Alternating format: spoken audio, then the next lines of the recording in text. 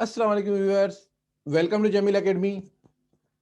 आज हमारा टॉपिक थोड़ा सा conceptual, exam point of view से बहुत ज़्यादा इंपॉर्टेंट और बेसिक अकाउंटिंग की डेफिनेशन को बेस बनाते हुए आज हम बहुत ही टिपिकल टॉपिक को डिस्कस करेंगे, जिसका नाम है bad debts and account allowance for receivables, जिसको डिफरेंट लेवल पे डिफरेंट कैटेगरीज में डिफरेंट बुक्स के अंदर डिफरेंट नाम से accounting for account receivable, accounting for bad dates, accounting for debtors, different नाम से इस चैप्टर को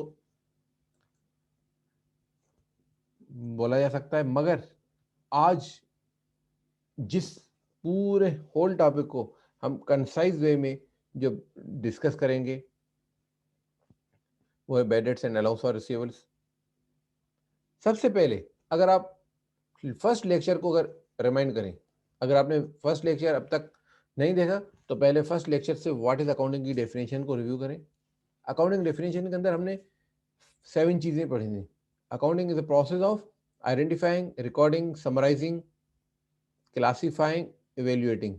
फिफ्थ फेज पे हम इवेल्युएट, जो आपने ट्रायल बैलेंस में समराइज करके जो उसको क्लासिफिकेशन करने के बाद जो भी आइटम आपने ट्रायल बैलेंस में मेंशन किया है, हर एक आइटम हर एक अमाउंट पे इवेल्युएट करना है।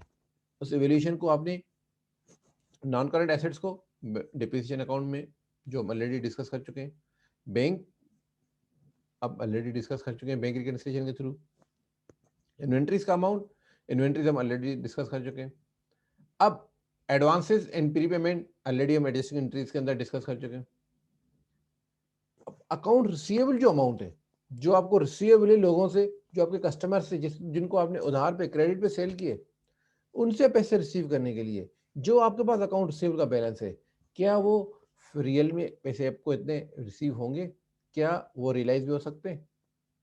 आज पूरे इस लेक्चर के अंदर हम इस चीज को डिस्कस करेंगे। सो let's move. First of all objective after the lecture: types of sales,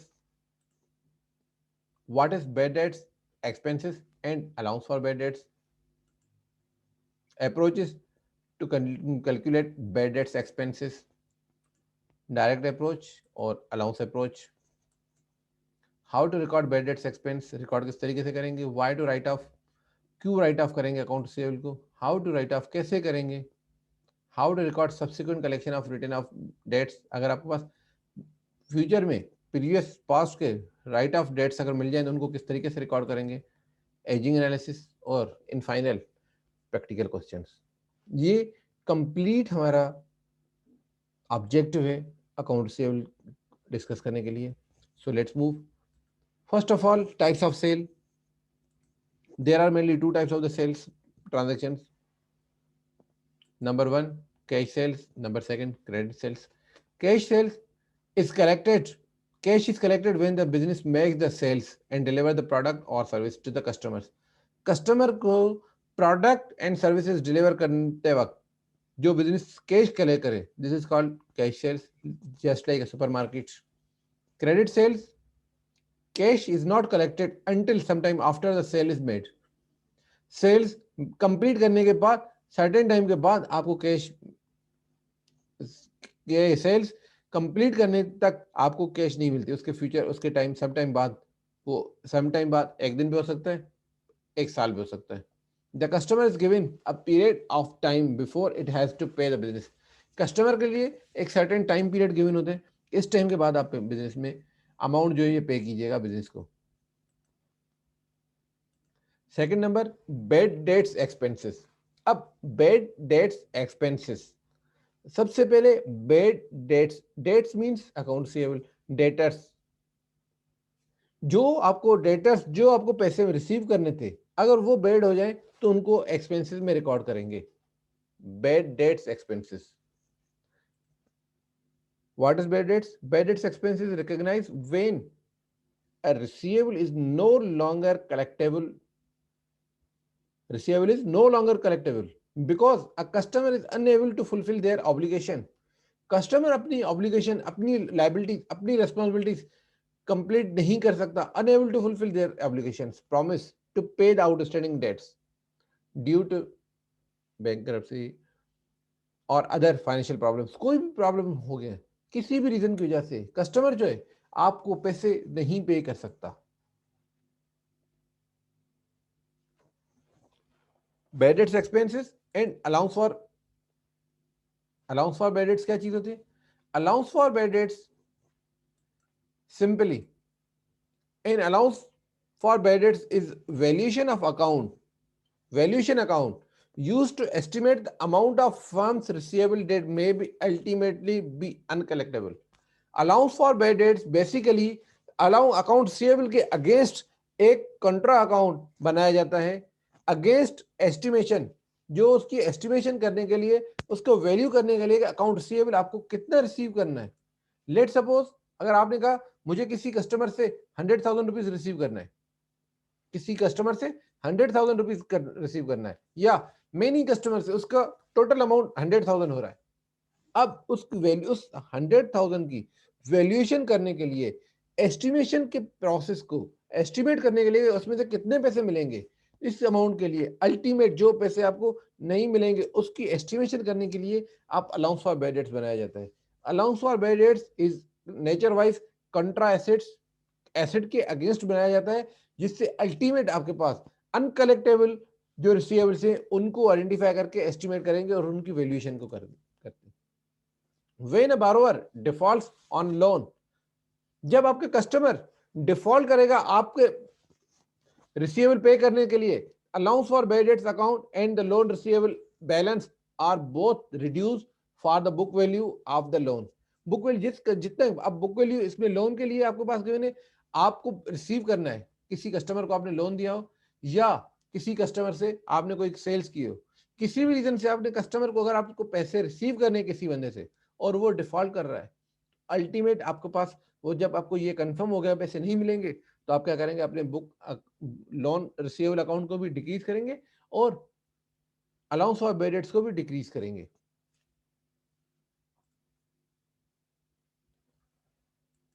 Allowance for bad debts is contra account that is based on account receivable balances. Account receivable के बैलेंस पे ये बेस करता है, जितना account receivable का balance ज्यादा होगा उतना अलाउंस फॉर बैड डेट्स का डाउट ज्यादा होगा।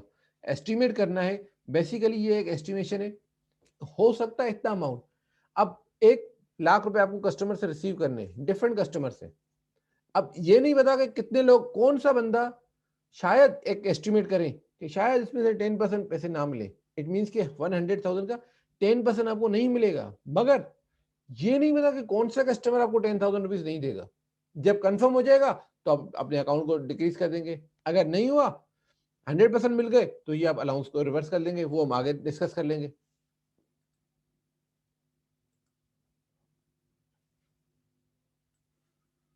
डायरेक्ट अप्रोच के अंदर जिस तरीके से बेसिकली दो अप्रोचेस है। एक अप्रोच वो है जिस अप्रोच में आप ये कहते हैं कि भाई जब पैसे नहीं मिले, जब कंफर्म हो गया भाई फला बंदा मिस्टर ए आपको पैसे नहीं देगा, तो आप उसको बैड डेट सेक्शन से रिकॉर्ड कर ले, अलाउंस बनाने की क्या जरूरत है। सेकंड ये है कि नहीं, हम अभी से एस्टिमेशन कर दें, अभी से एस्टिमेशन करें कि कितने पैसे नहीं मिलेंगे, जितने नहीं मिलेंगे वो उस एस्टिमेशन के बेसिस पे आप करंट सिचुएशन में, करंट ईयर के प्रॉफिट लॉस अकाउंट को वो अमाउंट चार्ज कर दें। अब डायरेक्ट अप्रोच में क्या चीज है, डायरेक्ट अप्रोच का मकसद recording of bad debts and doubtful debts under direct approach, जब पैसे receivable should be only be classed as an asset if it is recoverable. अगर आपको पैसे रिकवरेबल होंगे तो उनको आप एसेट्स बोलेंगे, अगर आपको कंफर्म है कि मुझे पैसे नहीं मिलेंगे तो वो आपके एसेट्स ही नहीं है। Bad debts is one debt no longer expected to be paid. Bad debts वो है, ये आपको कंफर्म हो गया कि ये मुझे पैसे नहीं मिलेंगे। For instance the customer may have gone into the liquidation, customer ने अपने बिजनेस को लिक्विडेट कर दिया, बिजनेस को खत्म कर दिया। The debts will be written off, आपको जितने भी उनसे रिसीवेबल है, अब उनको वो उसका बिजनेस ही खत्म हो गया, वो बंदा खुदा ना खास्ता बंदे की डेथ हो गई, बंदा बिल्कुल ही फाइनेंशियली लॉसेस की वजह से बिल्कुल ही वो फाइनेंशियली एबल ही नहीं है कि आपको वो पे करे, तो आपको अपने डेट्स को राइट ऑफ कर लें। राइट ऑफ का मकसद कि अपने बुक से राइट ऑफ, अपने बुक से हटा दें, निकाल दें अपने बुक से। If definitely irrecoverable, the prudence concept dictates that it should be written off to the profit loss account as a bad debts expense. As per prudence concept कि जो भी आपके पास अमाउंट आपको कंफर्म हो गया मुझे ये पैसे नहीं मिलेंगे, कंफर्म हो गया, तो उसको आप बैड डेट्स एक्सपेंस में रिकॉर्ड करेंगे, जो अल्टीमेट प्रॉफिट लॉस अकाउंट में क्लोज हो जाएंगे। रिकॉर्ड क्या करेंगे? Bad debts expense debit, account saveable credit. This is simple approach of direct approach. जब ये कंफर्म है कि भाई ये फला बंदा आपको पैसे नहीं दे रहा, अगर डाउट की बात है कि भाई शायद मुझे इतने पैसे ना मिले, वो शायद वाली बात, तो आप डायरेक्ट अप्रोच का हटा के सेकंड अलाउंस अप्रोच अप्लाई करेंगे कि हम पहले से अलाउंसेस बना देंगे। Allowances approach, in real life companies must estimate that amount when they used the allowance method. Estimate करते हैं एक अमाउंट की, शायद 100,000 आपको रिसीवेबल था, शायद आपको उसमें से 10,000 नहीं मिलेंगे। ये शायद वाली बात अलाउंस अप्रोच है। अगर वो कंफर्म होगा भाई कि फला बंदा मिस्टर ए 10,000 नहीं दे रहा, वो उसकी बैंक करेंसी हो गई, बंदा डेथ हो गया, डेथ हो गई, लिक्विडेशन प्रॉब्लम हो गया, फाइनेंशियल प्रॉब्लम से, तो उस वजह से वो पैसे नहीं दे रहा, तो अगर आप डायरेक्ट अप्रोच करेंगे तो उसमें आप डायरेक्ट उस अकाउंट रिसीवेबल को क्रेडिट करेंगे। मगर यहाँ पे आप डायरेक्ट अकाउंट रिसीवेबल को खत्म नहीं करेंगे, मगर उसके बदले एक एस्टिमेशन करेंगे, शायद मिल जाए, आज उसके बाद पैसे नहीं, हो सकता है 2-3 महीने में उसको वो हमें पैसे वापस कर दे। तो two basis are use to determine this amount. दो बेसिक अप्रोचेज हैं, दो basic basis are used. Percentage sales, जिसको आप प्रॉफिट लॉस अकाउंट अप्रोच भी कहते हैं। Second number, percentage of receivables, receivables की परसेंटेज, जिसको आप statement of financial position, balance sheet approach भी कहते हैं। Statement of financial position balance sheet का नया नाम है, उसके नाम से अप्रोच का नाम करते हैं। अब परसेंटेज सेल्स का मकसद क्या है? परसेंटेज सेल का मकसद है कि जितनी सेल्स हुई उस सेल्स के हिसाब से सर्टेन अमाउंट आप अज्यूम करें कि मुझे बेड डेट से होगा। ये मैचिंग कॉन्सेप्ट है, जब आपकी सेल्स हुई तो आप उसको मैचिंग से अज्यूम कर लें कि मुझे ये पैसे नहीं मिलेंगे। परसेंटेज ऑफ रिसीवेबल्स में आपके पास रिसीवेबल्स से जितने, अब सेल्स के लिए हो सकता है आपने पूरे साल में 10 लाख रुपए क्रेडिट सेल किए, अब उसमें से कितने पैसे आपको मिल गए, जितने मिल गए वो तो आपको रियलाइज हो गए, अब बैलेंस जो बच गया वो रिसीवेबल से। अब प्रॉफिट लॉस अकाउंट अप्रोच और परसेंटेज ऑफ सेल्स के हिसाब से वो फोकस करते हैं कि भाई जितनी सेल्स हुई इसके सर्टेन परसेंट आप अलाउंस बनाए। परसेंटेज ऑफ रिसीवेबल्स के हिसाब से, स्टेटमेंट ऑफ फाइनेंशियल पोजीशन के अप्रोच के हिसाब से वो ये कहते हैं कि भाई जितने रिसीवेबल्स बच गए, बाकी तो आपको पैसे मिल चुके हैं, जितने रिसीवेबल्स हैं उस हिसाब से आप अलाउंस बनाएं कि उस रिसीवेबल में से कितना अमाउंट आपका रियलाइज होगा। जिस तरीके से हम इन्वेंट्री में कैश रियलाइजेबल वैल्यू की बात कर रहे थे, inventory realisable value, NRV net realisable value की बात इन्वेंट्री में कर रहे थे, यहाँ पे CRV cash receive realise value, cash account receivable जितना अमाउंट है उसका कितना अमाउंट रिसीव होगा। अब ये एस्टिमेशन की बात है रिसीवेबल्स के बेसिस पे, परसेंटेज ऑफ सेल्स पे, सेल्स के बेसिस पे। The percentage of sales basis result in the better matching of expense with the revenue and income statement profit loss account approach. Profit loss account approach क्या कहते हैं कि जितनी भी sales हो रही है उसकी परसेंटेज आप मैचिंग कॉन्सेप्ट के हिसाब से उसको एक्सपेंस कर दे, जबकि percentage of receivables basis produce a better estimate of cash realise value, कि आपको कितना पैसा मिलेगा। जो जो आपको पैसा मिल चुका है वो तो आपका रियलाइज हो चुका है, अब रिमेनिंग अमाउंट जो आपका रिसीवेबल है उसके में से कितना अमाउंट आपका रियलाइज नहीं हो सकता, उसकी एस्टिमेशन करनी है। Bad debts expense, how to record, किस तरीके से रिकॉर्ड करेंगे।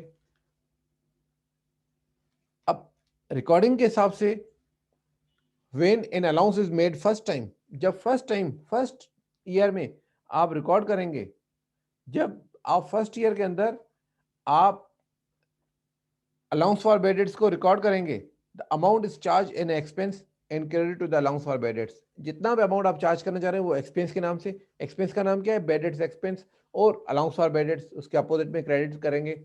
डेबिट क्या करेंगे, बेड डेट्स एक्सपेंस, क्रेडिट क्या करेंगे, allowance for bad debts, bad dates expense debit, allowance for bad dates credit. ये एंट्री होगी।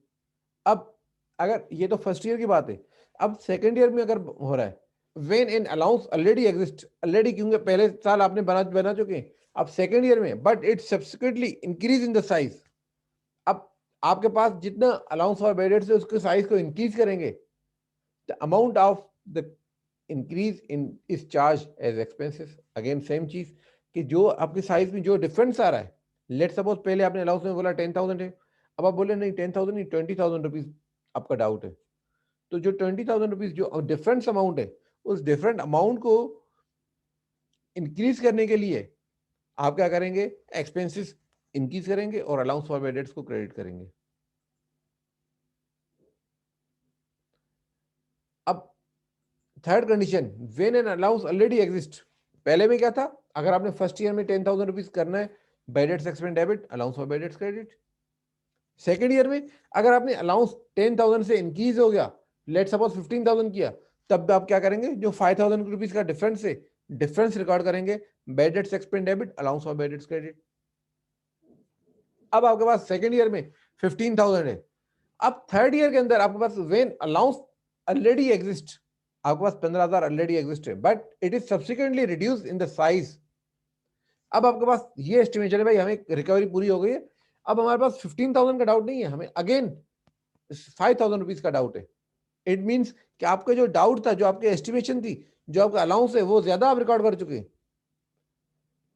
वो जो लास्ट ईयर में आपने रिकॉर्ड किया था expenses debit, allowance for bad dates credit, अब वो डाउट आपका 100% कब हो गया, अब आपके पास डाउट 15,000 से 5,000 हो गया, जो 10,000 का डिफरेंस है। अब क्योंकि अलाउंस जब इंक्रीज होगा तो क्रेडिट करेंगे, जब डिक्रीज होगा तो डेबिट करेंगे। अब क्योंकि जब अलाउंस फॉर बेड डेट्स की मैंने आपको पहले बताया कि नेचर जो है वो है कंट्रा एसेट्स, एसेट के अगेंस्ट कंट्रा एसेट्स है। जो एसेट की जिस तरीके से एसेट्स इंक्रीज और डिक्रीज होते हैं, उसकी अपोजिट में ये कंट्रा एसेट होगा, अपोजिट है एसेट का। अब एसेट का अपोजिट, एसेट जब इंक्रीज होता है तो डेबिट होगा, ये इंक्रीज होगा, allowance for bad dates increase होगा तो क्रेडिट होगा। एसेट जब डिक्रीज होता है तो क्रेडिट होगा, अलाउंस फॉर बेड डेट्स जब डिक्रीज होगा तो डेबिट होगा। अब आपके पास when allowance already exist, it is subsequently reduce in the size. अब साइज उसका रिड्यूस करना है, 15,000 से 5,000 पे करना है, तो जो 10,000 रुपीज का अमाउंट है, amount of decrease is recorded as an income in the income statement और प्रॉफिट लॉस अकाउंट। आप क्या रिकॉर्ड करेंगे, allowance for bad debts debit, profit loss account credit, allowance for bad debts debit, profit loss account credit. Why to write off account receivable? It is necessary to write off a bad debts when the related customer invoice is considered to be the uncollectible. जब आपको ये confirm हो गया कि आपको पैसे future में पैसे नहीं मिलेंगे, तो आप उसको राइट ऑफ कर दें। Otherwise a business will carry high volume of account receivable balance debt overstate amount of outstanding customers invoices debt will eventually be converted into the cash. अगर आपके पास लेट सपोज 1,000 कस्टमर्स है, उसमें आपको पता है कि मुझे 50 कस्टमर्स पैसे नहीं देंगे, अगर आप उस 1,000 के अकाउंट्स को टी अकाउंट बना के हर साल उसको सिर्फ डेबिट क्रेडिट करके, opening balance debit, closing balance CD करके आपने बना तो दिया, मगर जब कंफर्म है कि वो पैसे नहीं मिलेंगे तो उसको हटा दें। ये कंफर्म है आपको कि भाई पैसे नहीं मिलेंगे तो उसको हटा दें। अदरवाइज जो जितने भी कस्टमर्स होंगे उनका रिकॉर्ड आपके पास, आप कैरी करके जाएंगे, ये तो पता है कि पैसे मिलेंगे नहीं, तो फिर उसको लेकर जाने की क्या जरूरत है। और अल्टीमेट उन अकाउंट रिसीवेबल के बैलेंसेस को हिट करेंगे कि जितनी कलेक्शन है, लेट सपोज आपके पास टोटल एसेट्स की value, current asset account receivable की वैल्यू 10 लाख रुपए थी, अगर उसमें से आपने 7 लाख रुपए रिसीव कर लिए तो करीब 70% मिल गए। अगर ये 7 लाख आपने मिले, आपने रिसीव कर दिया, मगर टोटल अमाउंट 15 लाख था, तो उसका लेस देन 50% हुआ, मगर वो पता है कि 5 लाख तो मिलेंगे नहीं, तो उसको कैरी करने का फायदा क्या है। इसीलिए जो आपको कंफर्म हो जाए कि अनकलेक्टेबल है तो उसको राइट ऑफ कर दे। अब राइट ऑफ करें, किस तरीके से राइट ऑफ करेंगे? How to write off? Under the allowance method, if a specific customer's account receivable is identified as uncollectible, it is written off by removing the amount from account receivable. Ultimate जब confirm हो गया allowance method के अंदर कि ये पैसे नहीं मिलेंगे, तो आप क्या करेंगे? उस अलाउंस को, उस अमाउंट को अकाउंट रिसीवेबल से रिमूव करेंगे। अकाउंट रिसीवेबल की नेचर क्या है? Current assets.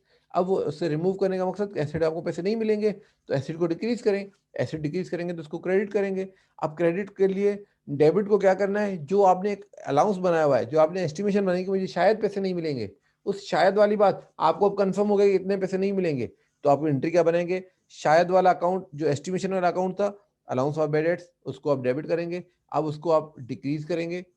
Allowance of bad dates जब डिक्रीज होगा तो डेबिट, और एसेट्स डिक्रीज होगा तो क्रेडिट।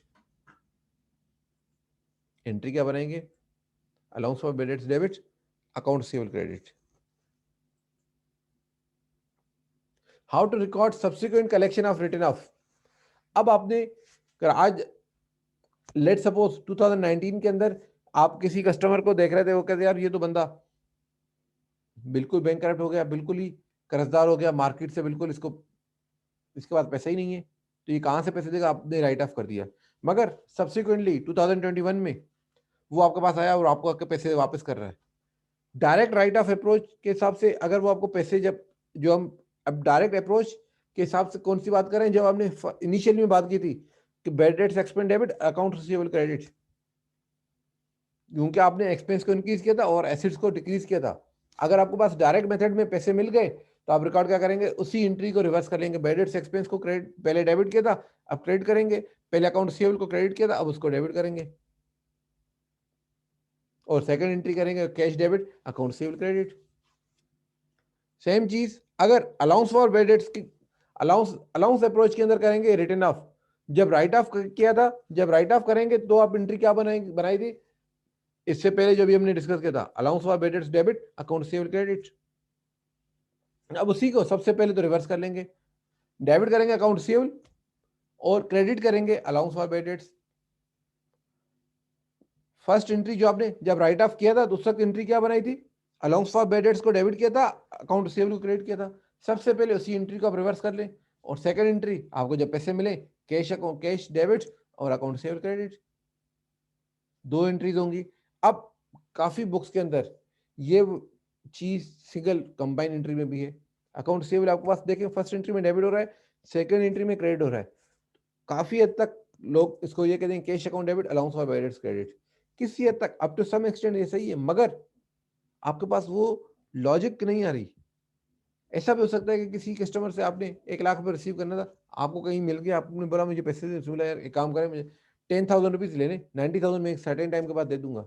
अब 90,000 रुपीज आपको दे दूंगा मीन अगेन आपके पास एक एक्सपेक्टेशन हो गई, एक उम्मीद हो गई यार आपको बंदा मिला है अभी वो सही है, सेटल है तो वो मुझे पैसे दे देगा।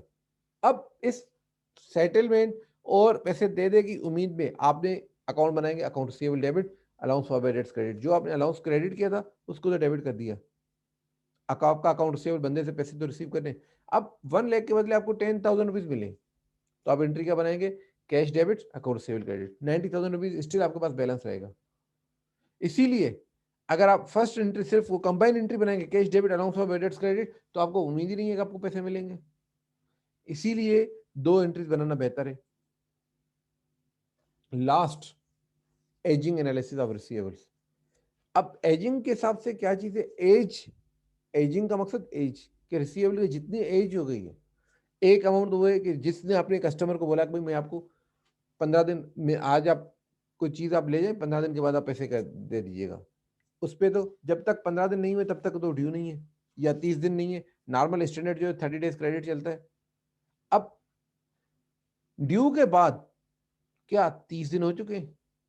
मतलब अगर आपने किसी कस्टमर को 15 दिन के क्रेडिट दिए, अब 16वें दिन से लेकर नेक्स्ट 30 डेज, मतलब कि 45 डेज तक अगर इस कैटेगरी में कोई दिन, कोई आपका अमाउंट आ रहा है, तो उसको आप कॉलम ए में लिखेंगे, और परसेंटेज ऑफ अनकलेक्टेबल वो सर्टेन परसेंटेज आपके पास गिवन होती है।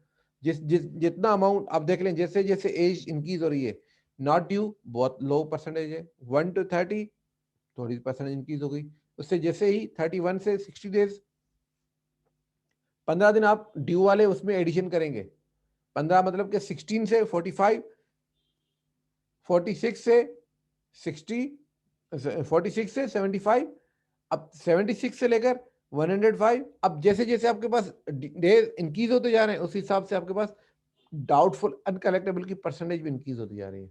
अब जितनी परसेंटेज है और जितना अमाउंट आपको उस ग्रुप में गिवन है उसको मल्टीप्लाई करेंगे तो आपके पास टोटल हर ग्रुप के लिए अनकलेक्टेबल बैड डेट्स बनेंगे।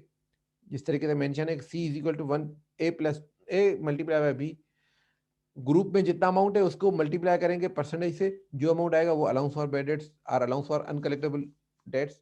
अब उन हर कैटेगरी को ऐड करके जो टोटल अमाउंट बनेगा वो आपको बनेगा allowance for bad dates total, और जो एक कॉलम का टोटल बनेगा वो आपको बनेगा total account receivable. Hope the complete lecture is clear, थोड़ा सा कॉन्सेप्चुअल है। नेक्स्ट लेक्चर के अंदर हम इंशाल्लाह जब इस पे वीडियोस बनाएंगे प्रैक्टिकल क्वेश्चंस पे तो फर्दर आपका क्लियर होगा। Thanks for watching. If you have any question feel free to comments and review. Have a nice day. Allah Hafiz.